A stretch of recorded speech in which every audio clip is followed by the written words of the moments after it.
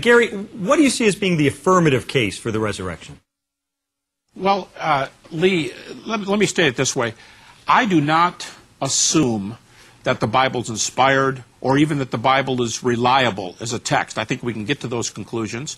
But I like to take the data that critical scholars allow, even non-Christian critical scholars allow, and just say, look, I think we've got a good start in a case for the resurrection. Well, virtually all skeptics, makes no difference if you're a believer or an unbeliever, they put 1 Corinthians, a book that Tim accepts and says is reliable.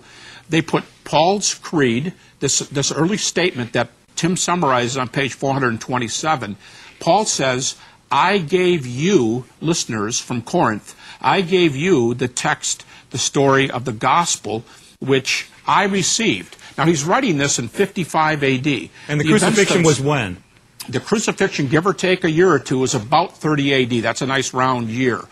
Critics are willing to say that Paul probably got this material about 35 A.D., but Peter and John and James had it before Paul did, and so we're right on top of the events. Gerald O'Collins, a moderate Roman Catholic scholar, says that this material goes back to 30 A.D., and from this we get a very early account, 30-ish, right on top of the events. We get eyewitnesses. Paul at least is an eyewitness. Then we get Paul, the eyewitness, telling us that James, Peter, and John agree.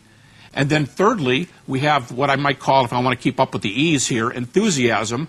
Their lives are transformed by their belief that they saw the risen Jesus. People get transformed for a lot of things, but these guys claim they saw the risen Jesus. And fourthly, a fourth E, I believe that Paul implies an empty tomb in 1 Corinthians 15:3 and following. So we have early eyewitnesses who are enthusiastic and willing to die for their message that Jesus appeared to them with an empty tomb. Okay. Tim, there is a minimalistic case, but a case being made for the resurrection. How do you respond? Well, you've mentioned the life-transforming aspect. There are people who've had their lives transformed by converting to Islam.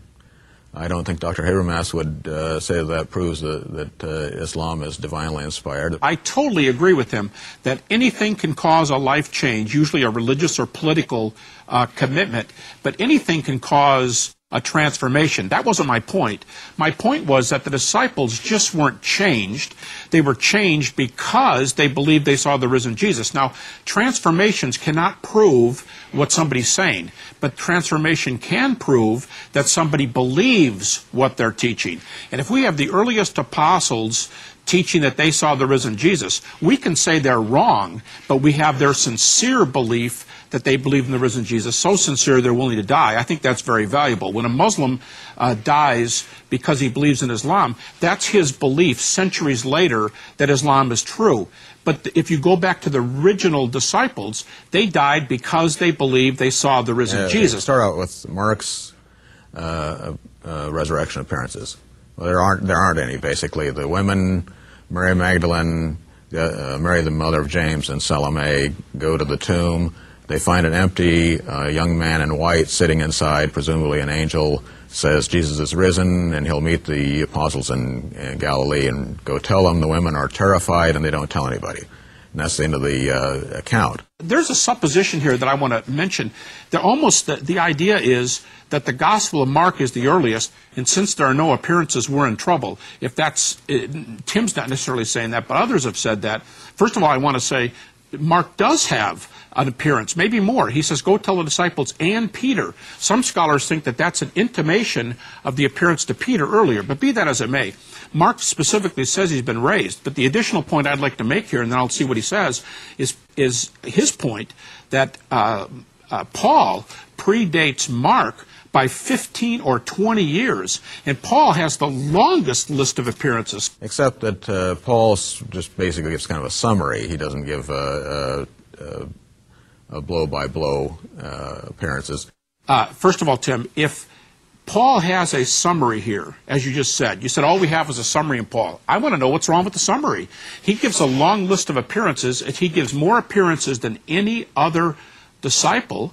I want to know what's wrong with the good list from right on top of the events. If he received this material in 35 A.D., if two of the disciples, if two of the disciples, well, I'm using the dating of the critics. I'll give you a list of them, but these are people who are atheists and people who do not agree with evangelicals, and they put it in the 30s AD. So if Paul only, quote, has a summary, I'll take that summary, because we can make a case based on that summary alone. It's excellent evidence. You know, we're running a bit out of time here, so Tim, Okay. you know, summarize. Summarize You know, if you were to make a closing statement in 30 seconds to a jury, Okay, what well, would you say? basically, the statement is that his appearance to the apostles is, Dr. Hibner says there's one in Jerusalem in Matthew, and I say the only one that in Matthew where he appears is to the women, and he appears to the apostles on a mountaintop.